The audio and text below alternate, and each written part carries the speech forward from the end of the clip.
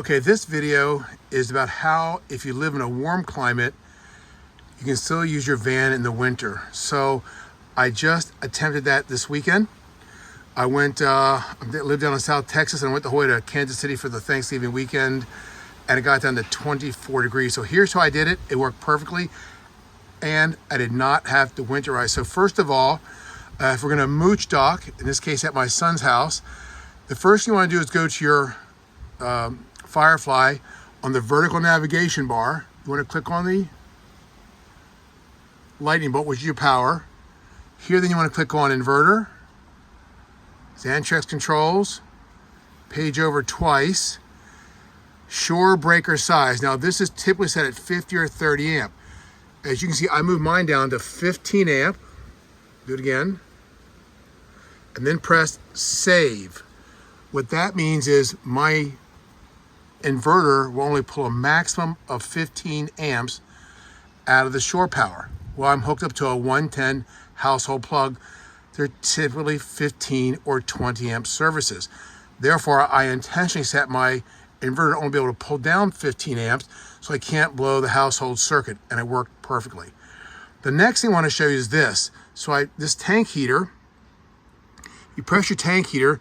This is a tank heater that keeps your batteries warm. Lithium batteries don't like to work below 32. You can choose your number, how they will they discharge or not discharge, or charge rather. The bottom line is I wanted to keep them above 32 so I could use them. So here's how I did it. A couple things I want to show you. First of all, as you guys know, I'm a big believer in roll-off shades. Why? Because I have this nice barrier during the winter.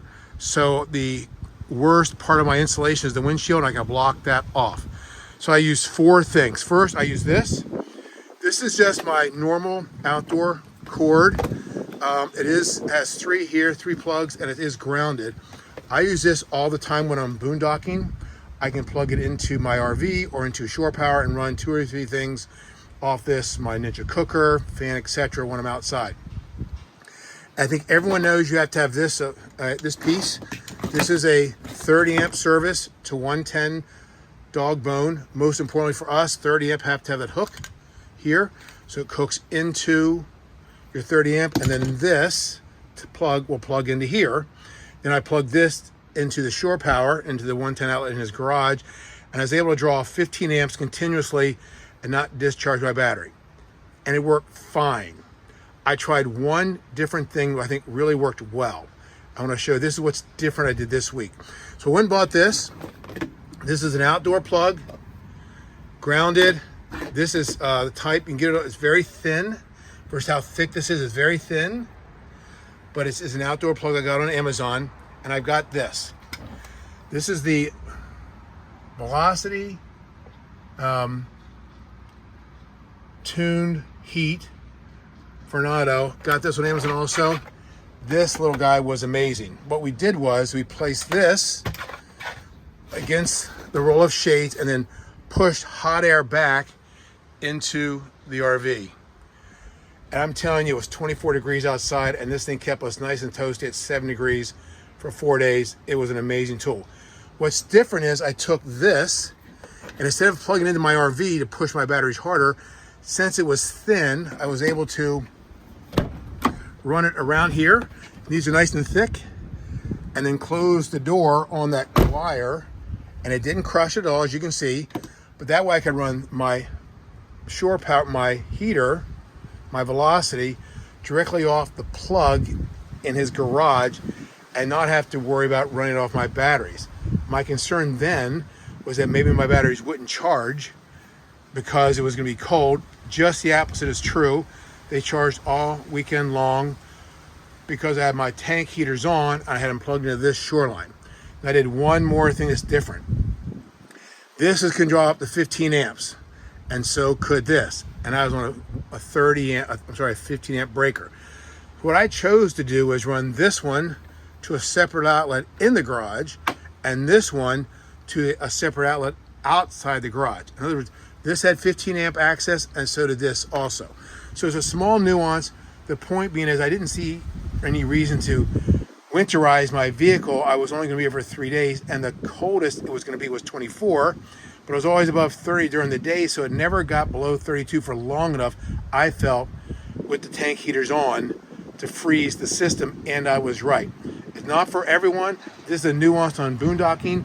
I can tell you, I drove from South Texas the whole way to Kansas City, spent 3 days in, for us, down here would be brutally cold weather, below 32 or near 32, wind chill, and with my roll-off shades blocking that windshield, so I didn't have horrible, I had enough insulation in the vehicle, and using this method of turning this to 15 amp, so I could warm up my batteries and run my tank heaters all weekend long for 3 days, and using this from the outside, this velocity with this particular, just a regular, no name on it, outside plug from Amazon, it worked perfectly. By the way, this from Amazon, if you look for this one, it actually says it can rain and still work. So this has some kind of mechanism that even if it rains directly on it, it will stay, it will continue to work.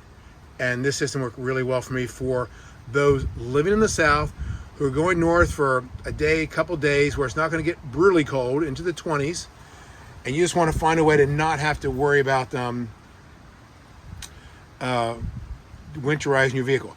I will tell you one thing, and what was interesting to us is, as you all know, we have the Whale electric heater, water heater, which I love, by the way. And the water was so cold in the vehicle that after heating the water for 30 minutes, it got warm, but it didn't get that boiling hot water like we're used to doing when we're boondocking. So if you're going to do these winter days and you're going to run your electric heater, you probably want to run it. You probably want to heat the water for more than 30 minutes. Okay, hope that helps. Send me your comments if you need any help, and happy to answer for you. Hope this helps. Bye-bye.